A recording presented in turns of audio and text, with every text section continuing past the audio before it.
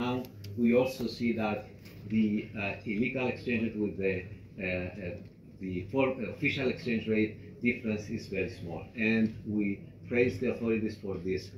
There is, I think, an agreement between us and the governor, Bangladesh Bank, on flexibility. There is no doubt that we are all want to move in the same direction. We see more flexibility of the exchange rate regime in Bangladesh.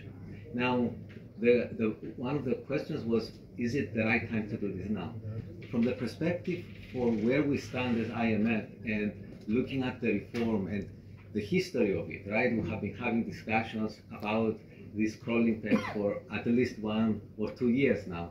This is the right time actually to go for this flexibility. Again, this is not full flex, this is a crawling peg, which allows for some guidance around the bank, but also allows for full flexibility in the future. That's one point. The second point is that while we see that reserves are stabilized, and again, we give a lot of praises to the authorities for that, because if you remember, for a number of years, 2 years, the reserves have been showing a steady declining trend, worrisome, now are at least stable, but we haven't seen an accumulation of these reserves. We expect with more flexibility, you will have this accumulation in the near term. Then on the policy rate, we leave, of course, the policy rate as a decision completely to the governor. We completely endorse the stance, which is tightening, meaning that we want to make sure that inflation comes down on time.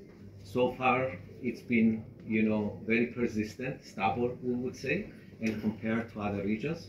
So we applaud the governor for having that stance. Now the question in the future, as we expect inflation easing, maybe in the next year, by the end of the next year, then the governor will be thinking about what to do with this policy rate. But at this point, the policy rate will remain at that level, 10%, until we see clear signs of inflation, being moderated.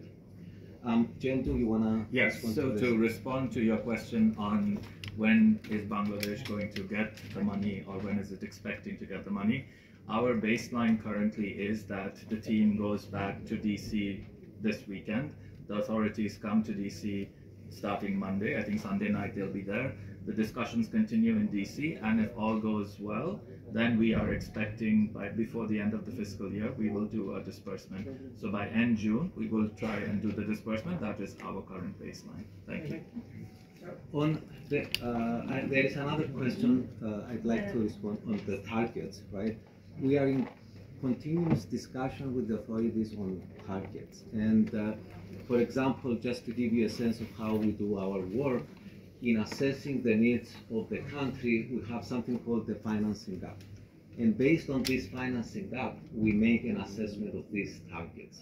And we are in continuous discussions, every review, where these targets are. For example, on the NIR target, on the reserves target, we are very mindful that sometimes the authorities, even though they do the best they cannot reach some of our targets that we place.